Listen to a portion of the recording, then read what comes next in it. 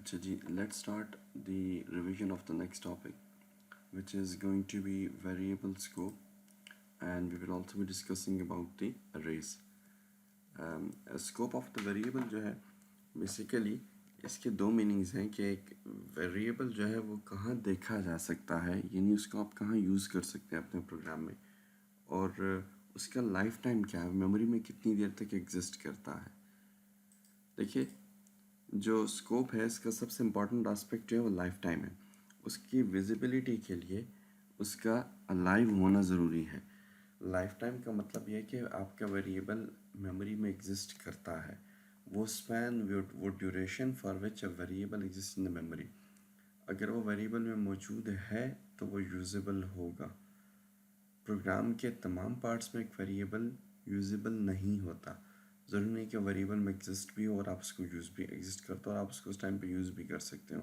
हम देखेंगे आगे चल के केसेस आपके पास ऐसे आएंगे।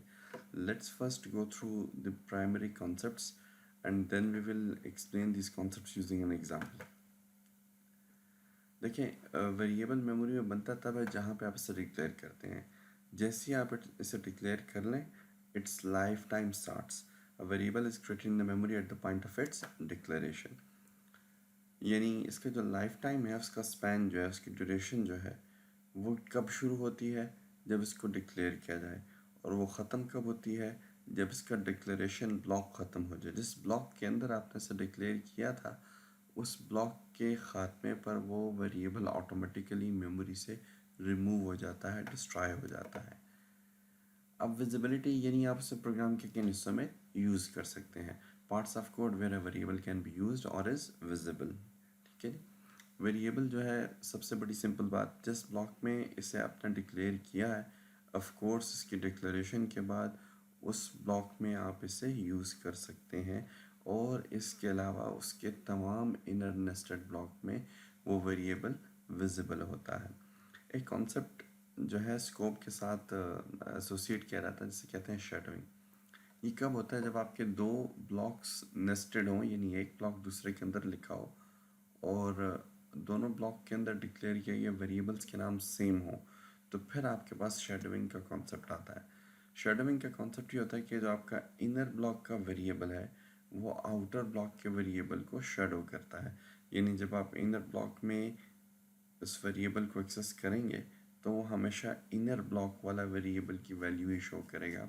आउटर ब्लॉक के वेरिएबल को इनर वेरिएबल से एक्सेस नहीं किया जा सकता। इन सिंपल वर्ड्स आप कह सकते हैं कि जब दो वेरिएबल्स के नाम इनर और आउटर ब्लॉक में सेम हो, तो इनर ब्लॉक के अंदर इनर ब्लॉक के वेरिएबल की प्रायोरिटी हाइयर होगी, उसकी प्रायोरिटी ग्रेटर होगी, वही आपके पास विजिबल होगा। फॉर द टाइम बीइंग आप शेडोइंग को अवॉइड करने के लिए इसका सोल्यूशन यही है कि आप डिफरेंट नेम्स यूज़ कर सकते हैं। फंक्शंस के साथ जब हम इंशाल्लाह ग्लोबल एंड लोकल वेरिएबल्स को दोबारा विजिट करेंगे स्कोप पे, तो वहाँ पे हम देखेंगे कि वहाँ पे शेडोइंग को अवॉइड करने का एक तरीका है, जिसको इंशाल्लाह हम बाद में डिस्कस करेंगे। Okay, let's see an example.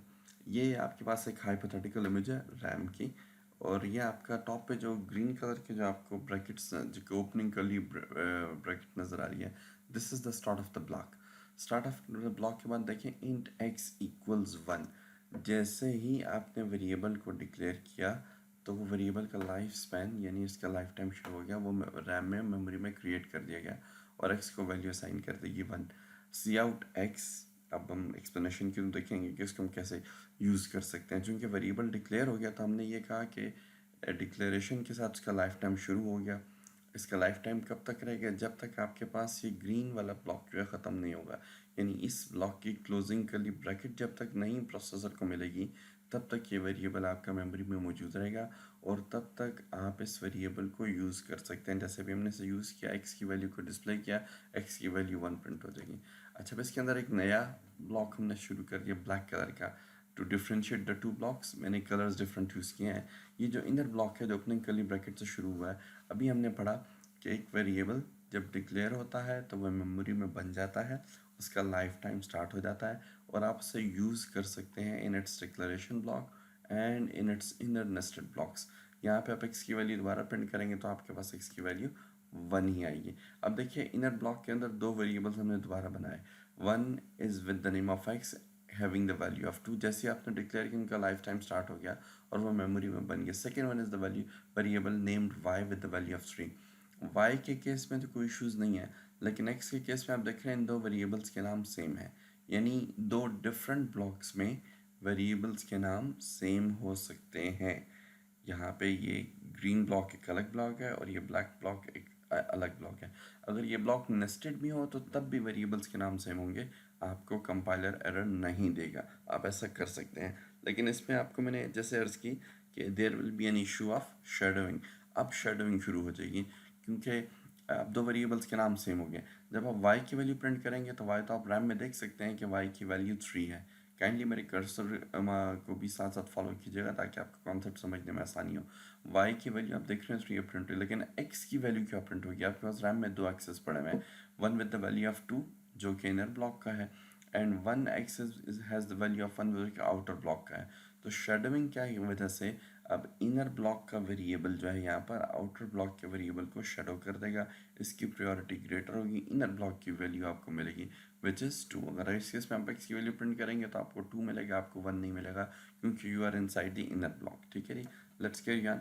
अब जब ये ब्लॉक क्लोज हो गया तो हमने कहा कि जब एक वेरिएबल इस लाइन पे डिक्लेयर किया जाता है वहाँ से उसका लाइफ टाइम शुरू होता है और ये तब तक मेमोरी में एग्जिस्ट करता है जब तक इसका डिक्लेरेशन ब्लॉक ख़त्म ना हो जाए.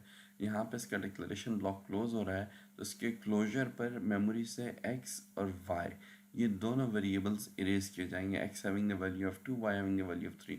तो जब ये क्लोजिंग ब्लॉक जो है या क्लोजिंग ब्रैकेट जब मिलेगी तो C++ या प्रोसेसर जो है वो समझ जाएगा कि आपका ये C++ का ब्लॉक ख़त्म हो गया तो इसके तमाम वेरिएबल्स को मेमोरी से इरेज कर दो. देखिए अब इसके बाद अगर आप x की वैल्यू प्रिंट करेंगे तो आपके पास रैम में ऑब्वियसली नज़र आ रहा है कि एक ही वेरिएबल बचा है जो कि आउटर ब्लॉक का वेरिएबल है और उसकी वैल्यू 1 प्रिंट हो जाएगी. अब आपके पास x एक्सेसिबल ही नहीं है क्योंकि x मेमोरी में नहीं रहा. दूसरी बात ये ध्यान में रखिए कि x मेमोरी में ये वाला x इसलिए मौजूद है कि ये आउटर ब्लॉक में डिक्लेयर किया गया था और इसका ब्लॉक अभी क्लोज नहीं होगा. यहाँ पे अगर आप y की वैल्यू प्रिंट करने की कोशिश करेंगे तो आपको एरर मिल जाएगा कुछ इस किस्म का, बल्कि कंपाइल टाइम पे ये एरर कैच हो जाएगा और कंपाइलर आपको कहेगा कि y is not declared in this scope या in this block depending on the language being used by the compiler. इसी तरह का मिलता जुलता आपको सेंटेंस जो है वो आपका रिलेटिव कंपाइलर जो है देगा. Okay, when this will of course cause an error. और जब ये ग्रीन क्लोजिंग कर्ली ब्रैकेट अब आपको मिलेगी तो this closes the outer block which removes the variable x from the RAM as well. तो आपके पास ये वाला वेरिएबल जो है रैम से रिमूव हो गया. तो scope defines two things. One is lifetime and the other is visibility. Visibility means usage of the variable. आप इसको कहाँ कहाँ यूज़ कर सकते हैं. लाइफ टाइम का मतलब क्या है कि मैं रैम में एक वेरिएबल कब बना और कब डिस्ट्रॉय हुआ. उसका आसान तरीका याद रखने का यह है कि जहाँ पे डिक्लेयर किया वहाँ से वो मेमोरी में बन गया और जहाँ पे उसका डिक्लेरेशन ब्लॉक क्लोज हुआ वहाँ से वो मेमोरी में डिस्ट्रॉय हो गया. दूसरा उसकी जो यूज़बिलिटी यानी आप उसे कहाँ यूज़ कर सकते हैं, तो जिसका डिक्लेरेशन ब्लॉक है आप उसको उसमें यूज़ कर सकते हैं और उसके इनर नेस्टेड ब्लॉक्स में आप एक वेरिएबल को यूज़ कर सकते हैं. अगेन एक लास्ट बात इंपॉर्टेंट पॉइंट, दो वेरिएबल्स के नाम जो हैं डिफरेंट ब्लॉक्स में सेम हो सकते हैं, लेकिन उस केस में अगर वो नेस्टेड ब्लॉक्स हैं तो नेस्टेड ब्लॉक्स में इनर ब्लॉक के अंदर फिर आप सिर्फ इनर ब्लॉक के वेरिएबल को एक्सेस कर सकेंगे, आउटर ब्लॉक के वेरिएबल को आप एक्सेस नहीं कर सकते. This is called shadowing. अब यही कॉन्सेप्ट आपका थ्रू आउट द कोर्स जो है हम फॉलो करेंगे. ये ब्लॉक सिंपल ब्लॉक्स हों या इसके ऊपर किसी स्ट्रक्चर का नाम जैसे इफ़ है या स्विच है या फॉर है या वाइल है या डू वाइल है वो लिखा हुआ है या किसी फंक्शन का नेम लिखा हुआ है, इन ऑल केसेस कॉन्सेप्ट आपका यही रहेगा. कॉन्सेप्ट ऑफ कोर्स फंक्शंस के साथ फिर हमसे थोड़ा सा एक दो पॉइंट्स इन स्कोप के साथ हम मजीद भी ऐड करेंगे इंशाल्लाह. Okay, let's carry on with our next topic which is arrays. देखिए एरे क्या है. Array is a collection of memory locations contiguously stored in the memories that can store the values of the same data type. अब ये जो आपको 3 dimensional view दिखाया जा रहा है लोकेशंस का, ये आप ऐसे समझें कि आपकी रैम में मौजूद मुख्तलिफ लोकेशंस हैं और ये 3 डायमेंशनल व्यू दिखाने का मकसद आपको यह है कि आपके जहन में ये पॉइंट आ जाए कि all these memory locations have exactly same dimensions. अरे क्या है, आपके पास कलेक्शन ऑफ मेमोरी लोकेशंस हैं जो कंटिग्यूस या कंटिन्यूस या साथ साथ है मेमोरी में, और उनकी डायमेंशंस बिल्कुल एक जैसी हैं। डायमेंशन से मुराद क्या है, उस यहाँ पे हमारी मुराद सही है कि उसमें कितने बाइट्स हैं और उसमें किस किस्म का डेटा जो है वो आप स्टोर कर सकते हैं। तो अभी जो जो बातें हमने कही, let's see a few examples, हमको थोड़ी सी एग्जांपल्स देखते हैं और उसकी मदद से हम समझते हैं कि अरेज क्या है, अरेज का कॉन्सेप्ट किस तरीके से काम करता है, और डेफिनेशन के मुख्तलिफ पार्ट्स को हम एक्सप्लेन करेंगे। अच्छा जी, अरेज में देखें, फर्स्ट ऑफ ऑल हमने ये बात इसकी डेफिनेशन में मैंने लिखी, named collection of contiguous memory locations.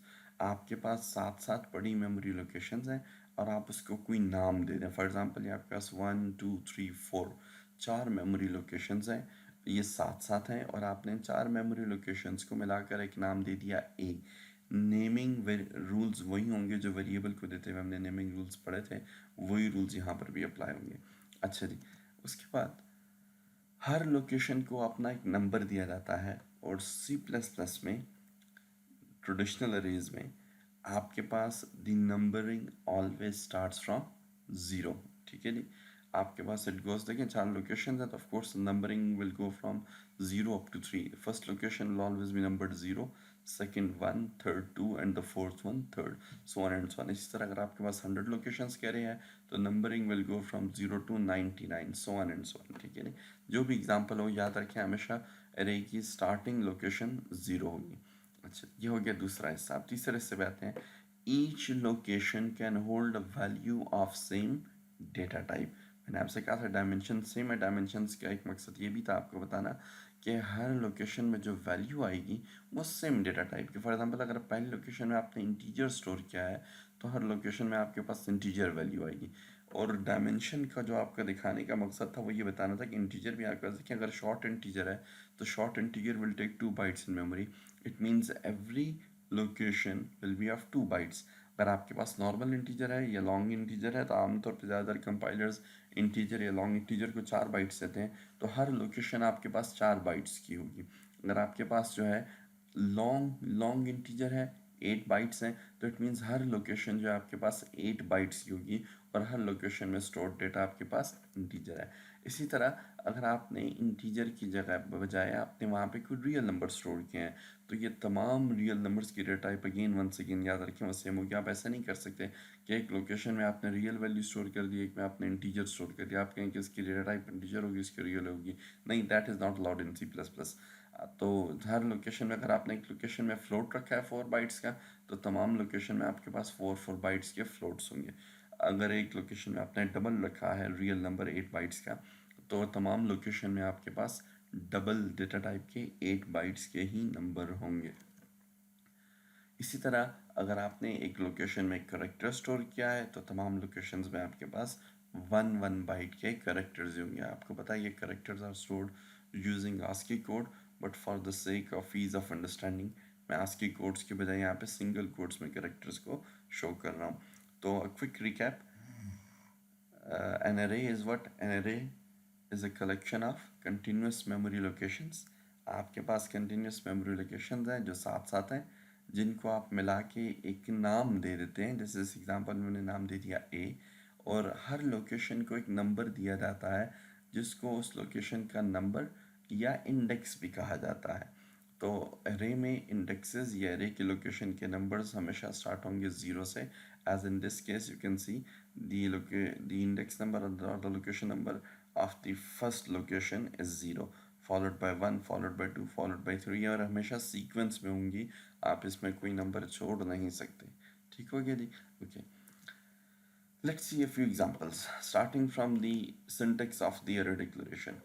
Array को डिक्लेयर करते हैं, सबसे पहले आप डेटा टाइप लिखते हैं, followed by the array name। Again same naming rules apply, यानी हमने ये कहा था कि वेरिएबल का नाम हमेशा स्टार्ट होगा किससे, अंडरस्कोर से, अल्फ़ाबेट से, और स्टार्ट के बाद इसके मिडल और एंड में अल्फ़ाबेट, अंडरस्कोर और डिजिट्स, ये तमाम चीज़ें आ सकती हैं। इसके अलावा आप वेरिएबल के नेम में और किसी चीज़ की इजाज़त देने की इजाज़त नहीं है। Same rules apply to name of the array as well. Followed by the square bracket which is also called a subscript operator। Subscript operator के बाद आप साइज देते हैं एरे का, और यहाँ पर आपके पास क्लोजिंग स्क्वायर ब्रैकेट और फिर आपके पास स्टेटमेंट टर्मिनेटर या सेमीकोलन आ जाता है, ठीक है।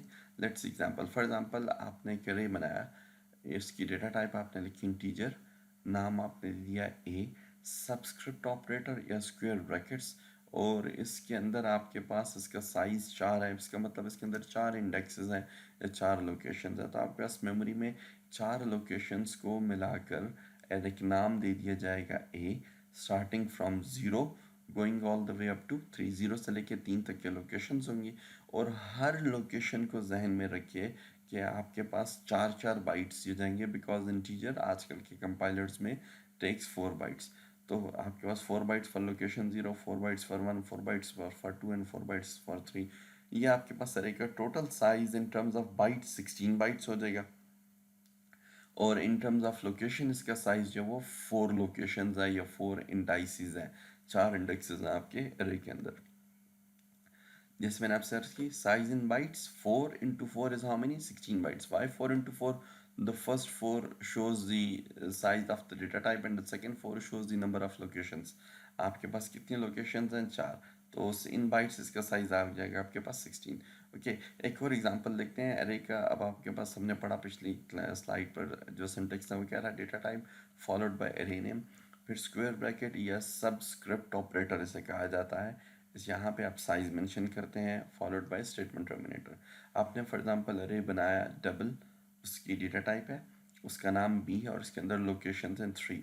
तो आपके पास ये जो 3 लोकेशन हैं इनकी इंडेक्सेस होंगी फ्रॉम 0 अप टू 2, 0, 1, 2, और हर इंडेक्स को 8 बाइट्स दिए जाएंगे, क्योंकि डबल जो है it takes how many bytes? It takes 8 bytes. इसका साइज क्या हो जाएगा?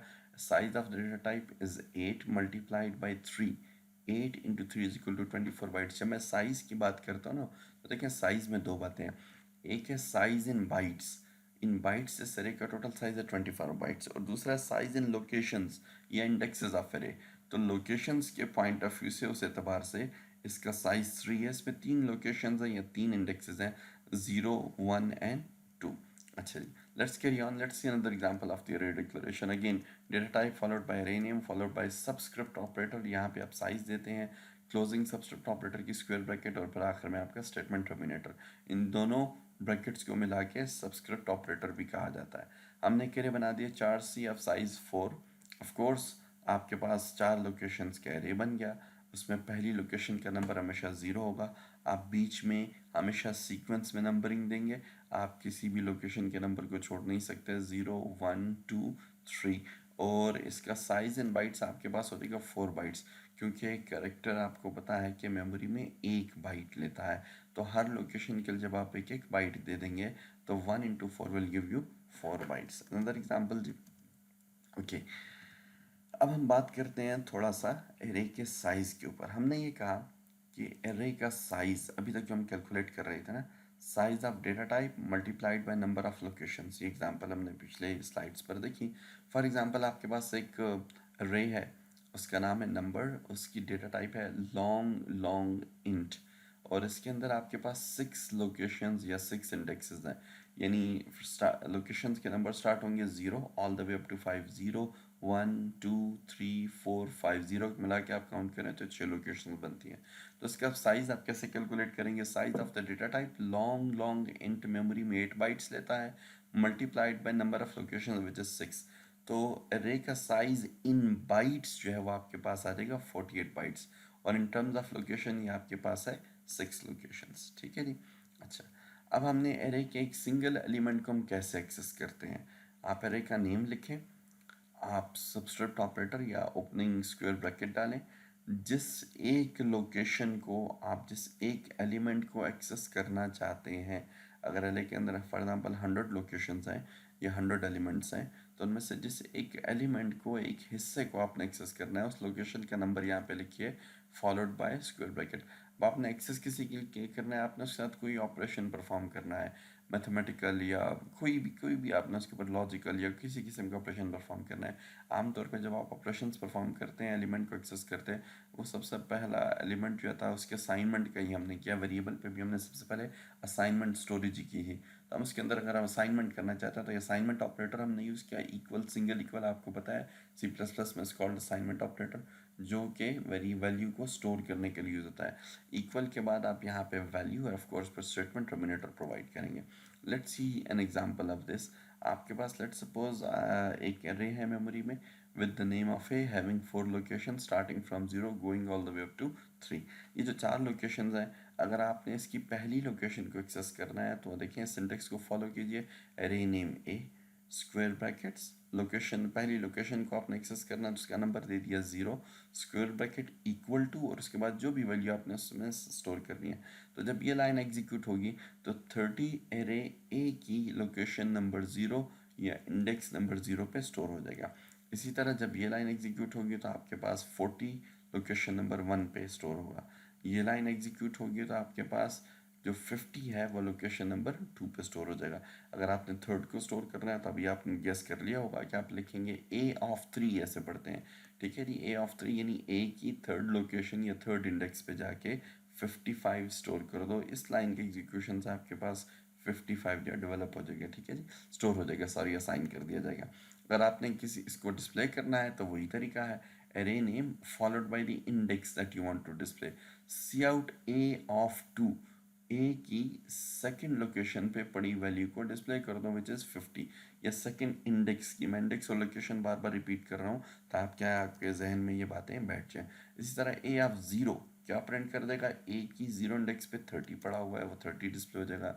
सी आउट ए ऑफ 1 आपको 40 डिस्प्ले कर देगा और ए ऑफ 3 आपको 55 डिस्प्ले कर देगा। यानी आप एरे के हर एलिमेंट को एक्सेस कर सकते हैं, एरे का name followed by the location of that element. वहाँ पे जो वैल्यू जो डेटा पड़ा हुआ है उसकी लोकेशन या उसकी इंडेक्स क्या है, और वो इंडेक्स आपने देनी है सबस्क्रिप्ट ऑपरेटर के अंदर। ठीक है जी। अब आप देखो इसकी यानी एरे की तमाम लोकेशंस को एक्सेस करने के लिए ना आप बार बार एक काम रिपीट कर रहे हो, और वो क्या है, array name followed by it's index या फॉलोड बाय इट्स लोकेशन।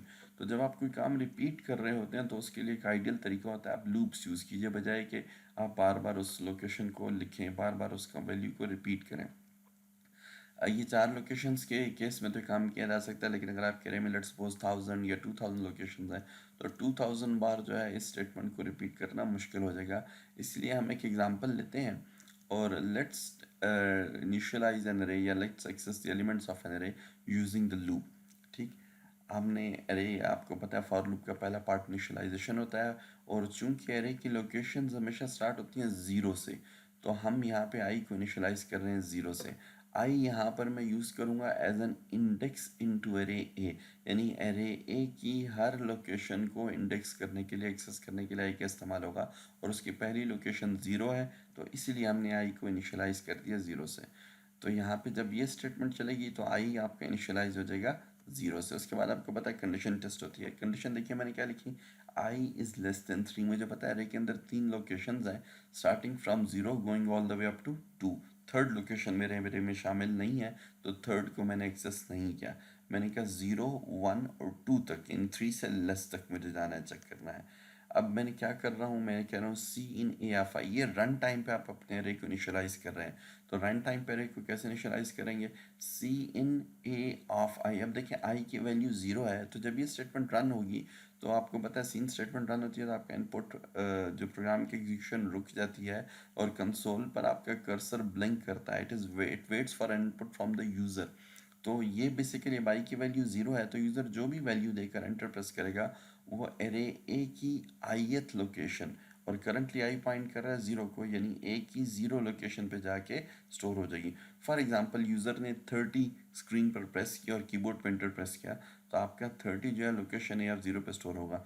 ये क्लोजिंग ब्रैकेट, इसके बाद प्रोसेसर रीड करेगा। जब भी फॉर लूप की बॉडी क्लोज होती है तो क्लोजिंग के बाद हमेशा कंट्रोल जाता है इंक्रीमेंटेशन या अपडेशन पार्ट पर। इससे आई प्लस प्लस जब आपका एग्जीक्यूट हो जाए तो आई प्लस प्लस आई की वैल्यू 1 हो जाएगी, और फिर आप मूव करेंगे कंडीशन पर।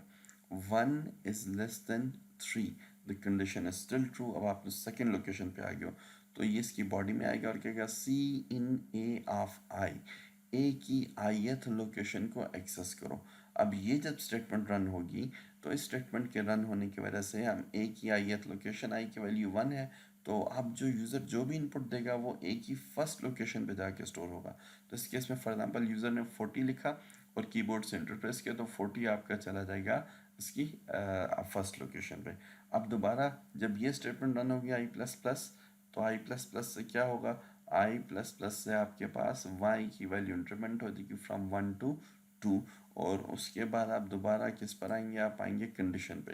Condition 2 i is less than 3 which is true. Condition जो है ना वो आपके पास i is less than 3, 2 is less than 3 true है।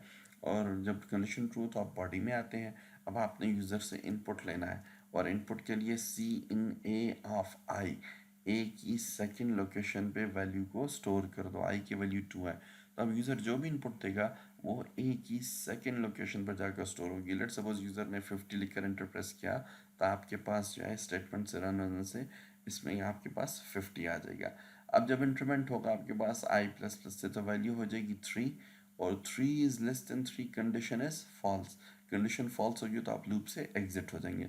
आपने रन टाइम पे इस अरे को इनिशियलाइज किया, you taking values from the user. तो इसका जनरल अब कॉन्सेप्ट क्या हो जाएगा, अगर आपके पास 1000 लोकेशंस के एरे है तो आप याद रखें एरे हमेशा स्टार्ट होगा 0 से, चूंकि 1000 लोकेशन हैं तो I will be less than 1000।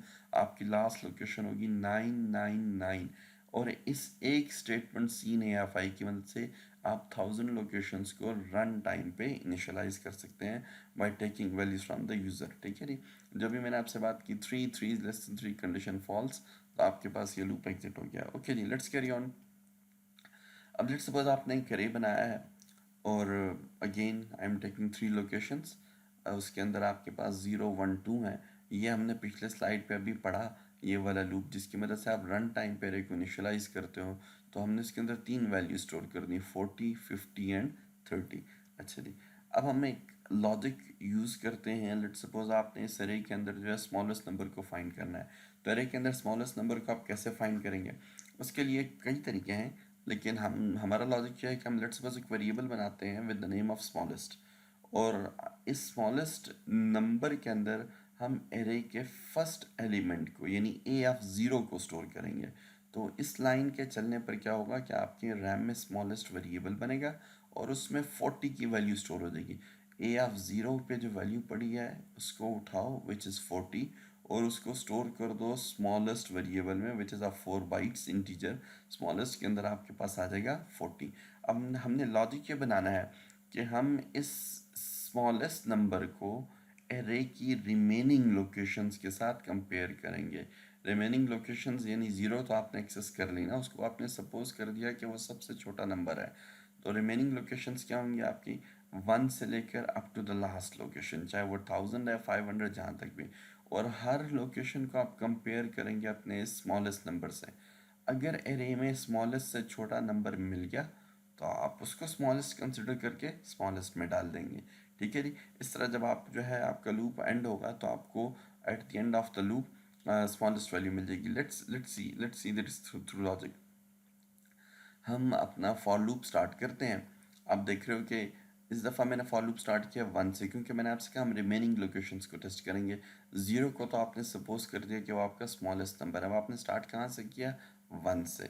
तो i इक्वल्स 1, जब ये लाइन आपकी एग्जीक्यूट होगी तो आपके पास सबसे पहला वेरिएबल बनेगा i, इनिशियलाइज हो जाएगा, और i में क्या स्टोर हो जाएगा, 1। ठीक है जी। अच्छा, उसके बाद आप टेस्ट करेंगे i is less than 3, the condition 1 is less than 3, condition is true. अगर कंडीशन ट्रू हो तो आप आते हैं बॉडी में। बॉडी में हम अब चेक कर रहे हैं कि क्या फर्स्ट लोकेशन पे पड़ा हुआ नंबर स्मॉलेस्ट से छोटा है। अगर छोटा है तो उस नंबर को उठा के कहाँ पे स्टोर कर दो, स्मॉलेस्ट में। अब इस केस में आप देखें ए ऑफ आई यानी ए ऑफ 1 पे आपके पास क्या पड़ा हुआ है, 50। This is sorry of 1, 50। और is it less than the smallest, smallest में क्या पड़ा, 40। Is 50 less than 40, no, the condition is false. तो अगर कंडीशन फॉल्स हो तो ये लाइन आपकी रन नहीं होगी, हम स्मॉलेस्ट को एज इट इज छोड़ देंगे। जब आपका ये क्लोजिंग ब्लॉक आएगा तो यहाँ से कंट्रोल जाएगा इंक्रीमेंटेशन पे, और आई प्लस प्लस जब एग्जीक्यूट होगा तो आपकी आई की वैल्यू इंक्रीमेंट हो जाएगी फ्रॉम 1 to 2। 1 + 1 आप करेंगे तो आपके पास 2 आ जाएगा। यहाँ से आपको पता कंट्रोल जाएगा कंडीशन पर, अगेन अब आप चेक करेंगे 2 is less than 3, condition true है क्योंकि अभी तक आपका एरे के साइज के अंदर ही हो। कंडीशन ट्रू हो तो आप बॉडी में आते हैं और अब आप चेक करेंगे इस कंडीशन को, ये वाला कोड रन होगा, if a of i is less than smallest, a की second location, i is pointing to two, i जो है यहाँ पे किसको पॉइंट कर रहा है, टू, यानी ए की सेकंड लोकेशन या सेकंड इंडेक्स पे जो वैल्यू पड़ी है which is 30, 30 is 30 less than the value of smallest, smallest में क्या पड़ा 40, yes the condition is true, 30 is less than 40, condition true होता है, इफ की बॉडी रन होगी, और जब इफ की बॉडी रन होती है तो हम स्मॉलेस्ट में कह रहे हैं कि क्या स्टोर कर दो, ए ऑफ आई, यानी अब स्मॉलेस्ट के आपको अरे में स्मॉलेस्ट आपके सपोज नंबर से छोटा नंबर मिल गया तो उसको स्मॉलेस्ट में डाल दो, 30 को उठाओ और उसको स्मॉलेस्ट के अंदर स्टोर कर दो, a of two, i is pointing to two, a of two पे क्या आ गया 30, 30 को लो और उसको कहाँ पे स्टोर कर दो, स्मॉलेस्ट के, तो 30 जो है 40 को ओवर राइट कर देगा, आपके पास स्मॉलेस्ट के अंदर देखिए 40 की जगह पर आपके पास 30 आ गया। इफ की बॉडी क्लोज हुई, दोबारा आपका लूप क्लोज हुआ, आपने आई प्लस प्लस किया तो उससे आपके लूप की वैल्यू 2 + 1 हो जाएगी 3, और कंडीशन जब आप चेक करेंगे आप 3 is less than 3 condition is false, आप लूप की बॉडी से एग्जिट हो जाएंगे। और इस लूप के बाहर निकलने पे आप देखें आपके पास एरे में जो सबसे छोटा नंबर था 30, that is stored in the smallest. अब यही लॉजिक आप अप्लाई कर सकते हैं 100 पे, 500 इंडेक्सेस या लोकेशंस या 1000 लोकेशंस के रे के ऊपर, और आप अपना स्मॉलेस्ट वैल्यू फाइंड कर सकते हैं।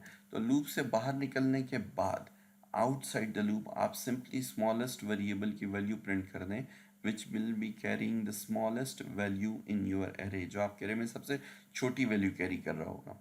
ठीक, इसमें अब कुछ बातें मज़ीद बता दूं, अगर आपने देखें यही लॉजिक यूज़ करना हो लार्जेस्ट नंबर फाइंड करने के लिए, लूप आप कैसे ही रहेगा, ऑफ कोर्स लॉजिक के डिमांड करता है कि आप वेरिएबल का नाम चेंज करें, स्मॉलेस्ट की जगह लार्जेस्ट कर लें और आप उसमें पहले नंबर को स्टोर कर दें।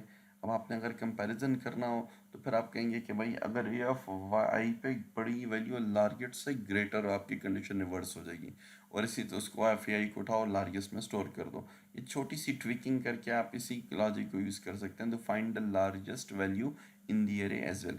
दूसरा ये देखिए आपका प्रोग्राम परफेक्टली काम करेगा, इसमें इन दोनों वेरिएबल्स के नाम क्या है, सेम है, ये भी आई है और ये भी आई है, लेकिन ये एरर नहीं देगा, why, because this i belongs to this for block and this i belongs to this for block. मैंने आपसे कहा दो ब्लॉक्स में, डिफरेंट ब्लॉक्स में वेरिएबल्स के नाम सेम हो सकते हैं, हमने शुरू में पढ़ा स्कोप ऑफ द वेरिएबल में। और दूसरा मैंने आपसे ये भी कहा कि जब कोई एक ब्लॉक क्लोज होता है तो मेमोरी में पड़ा हुआ उसके तमाम वेरिएबल्स डिस्ट्रॉय हो जाते हैं। जब ये ब्लॉक क्लोज होगा तो एक्चुअली आई इस ब्लॉक के अंदर डिक्लेयर हुआ था, तो this I will be destroyed before the execution of this block. ठीक है, अब ये स्मॉलेस्ट जो है ये रहेगा जब तक आपका प्रोग्राम ख़त्म नहीं होता, आपके मेन प्रोग्राम के ब्लॉक में चूंकि ये डिफाइन हो रहा होगा, ये नाइस फॉर ब्लॉक का हिस्सा है और नाइस फॉर ब्लॉक का हिस्सा है, तो ये वाला स्मॉलेस्ट वाला वेरिएबल आपके मेन प्रोग्राम में पड़ा रहेगा जब तक आपका मेन प्रोग्राम की एग्जीक्यूशन कंप्लीट नहीं होती। इसी तरह इस आई की जो मेमोरी में लाइफ टाइम शुरू होगी कब, जब इनिशियलाइजेशन की स्टेटमेंट रन होगी, और ये मेमोरी में कब तक रहेगा, जब तक ये लूप चलता रहेगा। जब इस लूप के ख़त्म होने से आप इस ब्लॉक से बाहर निकल के सी आउट स्टेटमेंट पे आएंगे तो ये वाला आई ब्लॉक भी जो है आपके रैम से ख़त्म हो जाएगा। ठीक है जी, अच्छा लेट्स कैरी ऑन जी, आगे चलते हैं। तो this was actually last slide, हमने बेसिकली जो बेसिक रे का इंट्रोडक्शन है उसके बारे में जाना, हमने रे की डेफिनेशन के बारे में जाना, रे की लोकेशन इंडेक्स साइजेस के बारे में जाना, हमने उसका साइज़ जो इन टर्म्स ऑफ बाइट्स कैसे कैलकुलेट करते हैं। इंशाल्लाह जी नेक्स्ट हम इसी पर इस टॉपिक को आगे कंटिन्यू करेंगे।